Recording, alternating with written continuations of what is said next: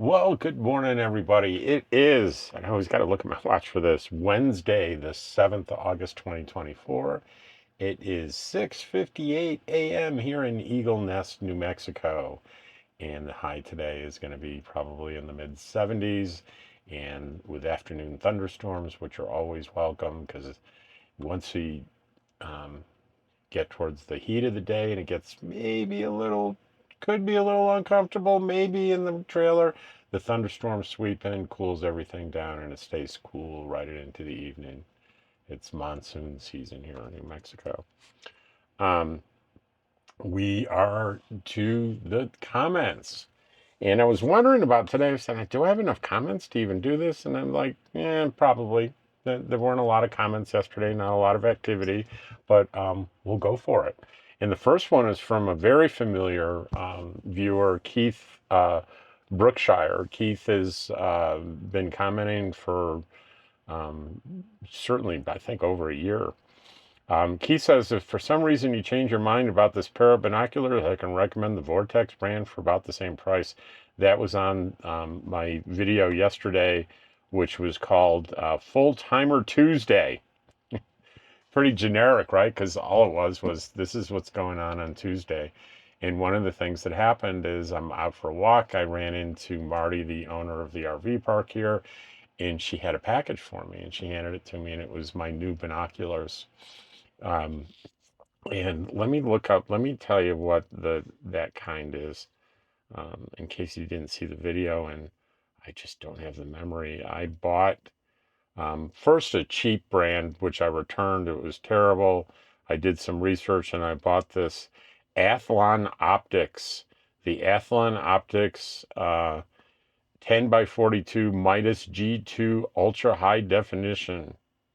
So I'm pretty happy with these new binoculars.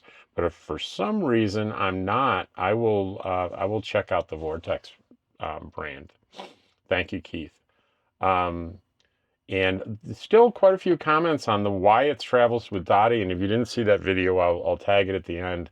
This is the story behind the name of my channel, and it has to do with my dad. And the video ended up being a very uh, unexpectedly for me, emotional tribute to my father. And so I still get a lot of comments. And this one is from SUV 629. What a wonderful story. I was so moved that I think everyone should read it. This would be great to post every Father's Day. Thank you. Thank you, Sue. SUV, or is it Sue? Maybe? I don't know. The Full Timer Tuesday.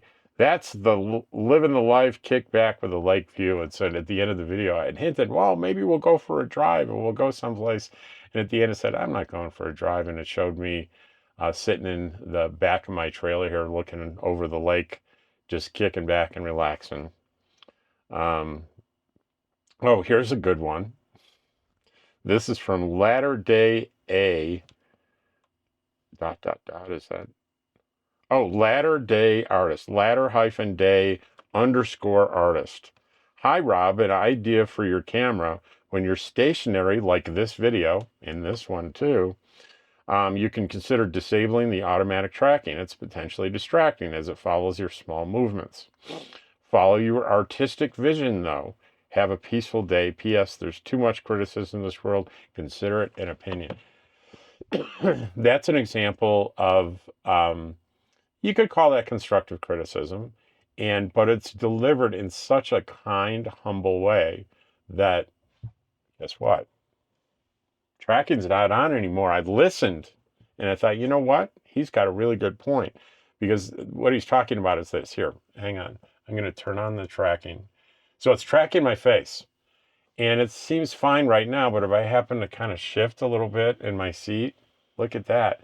It moves the camera. Now that's useful when I'm going to turn it off. There, it's off. Oh, well, it tracked the window. I want to turn it off. There, it's off. And I want you to be able to see Dottie back. Dottie is back there. If you look right there, she's right there on the bed, right? Yeah, she's on the bed. She hasn't gotten up yet. It's too early for her. Pardon me. So anyway, I turn off the tracking and I can move all I want, and it's not going to move the camera. Camera's going to stay stable. You're not going to be distracted. So thank you for that. Um, uh, Too many of us want to deliver some kind of criticism that we think would be helpful, and we do it in a way that it doesn't come across as kind. Words are important. Words are important. So thank you for that.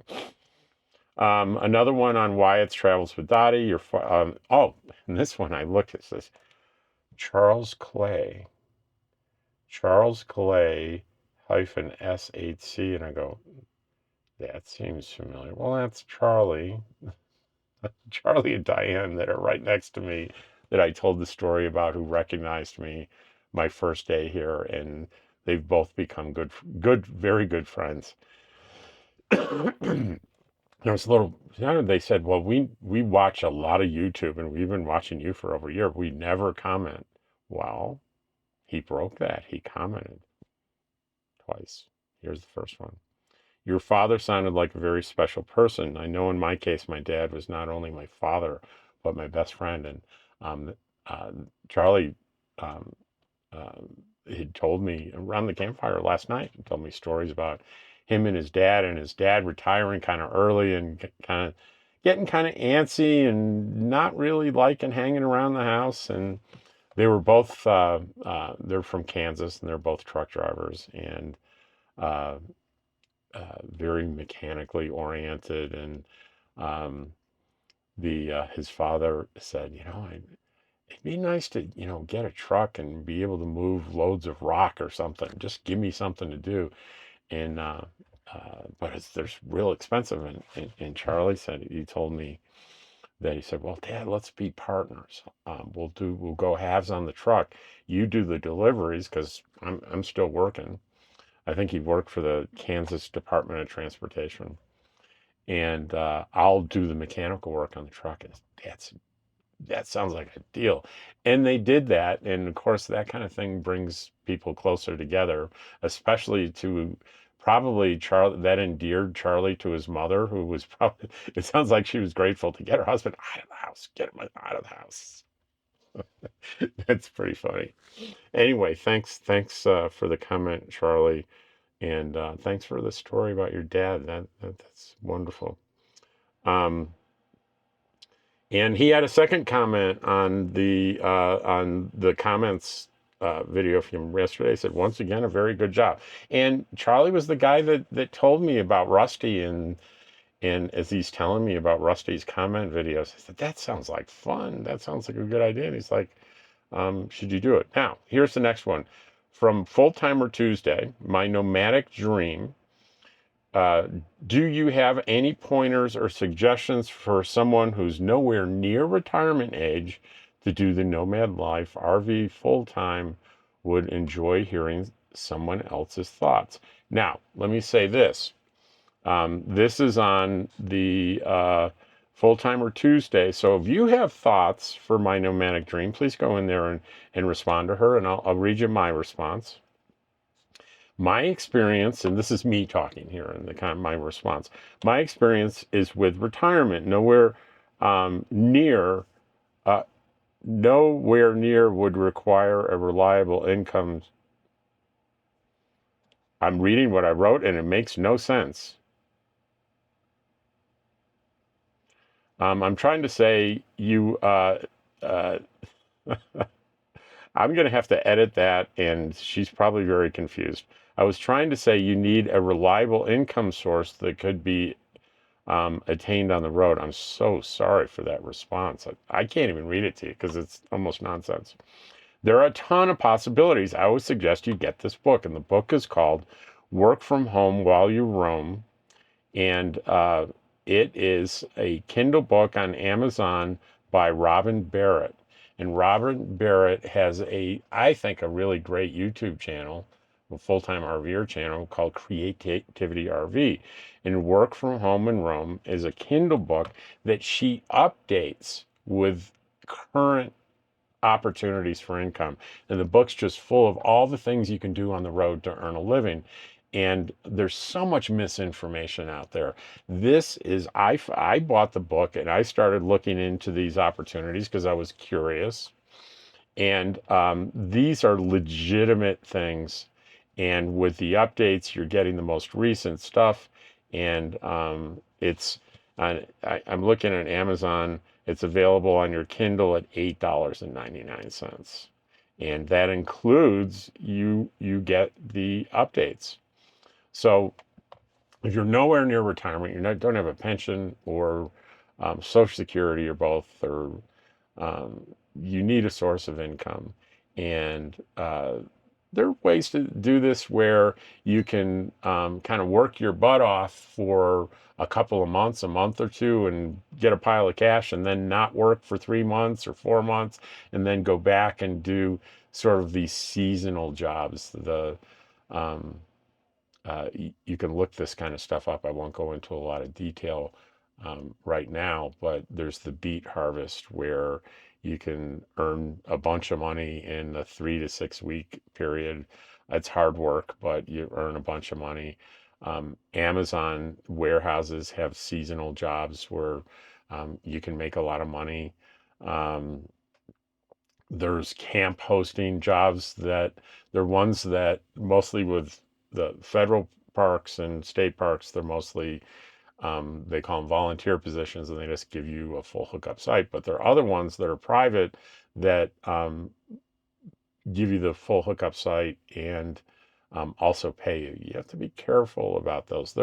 There are Facebook uh, groups that are for the purpose of people that do work camping and camp hosting. And you can ask about particular places before you accept a job because some aren't so great, some are. So you'll want to do your research. Um,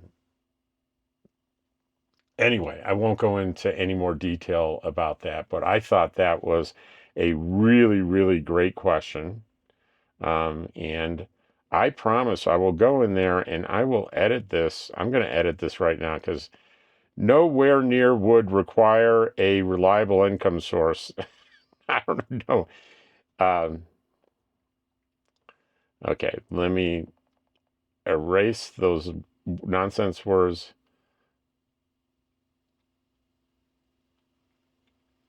How about without retirement,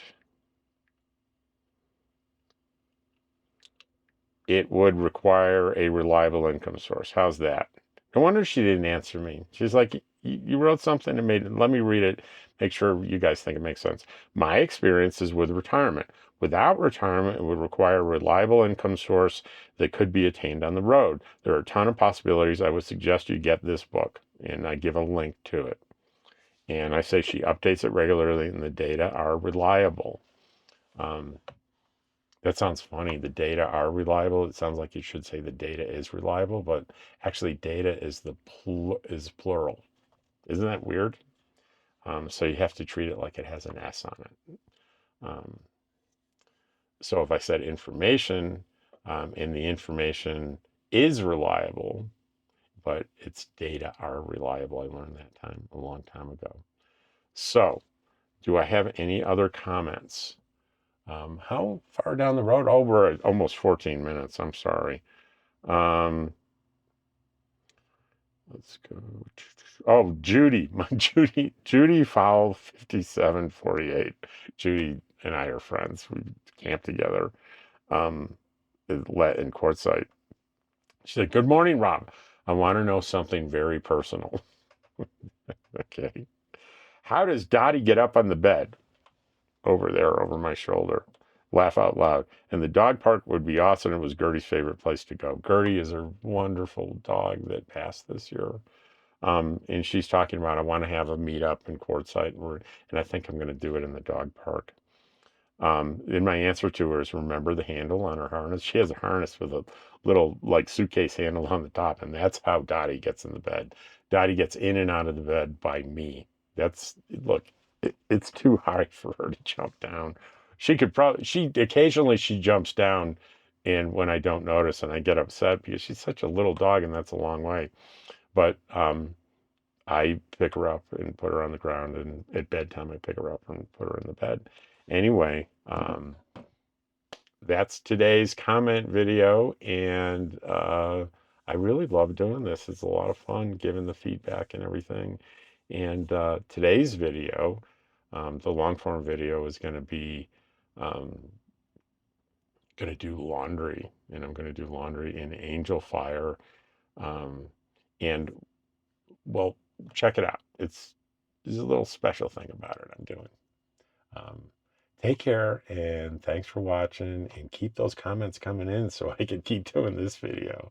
I hate to have it where the day like, well, I can't do the comment video because I didn't have any comments. That could happen. Take care.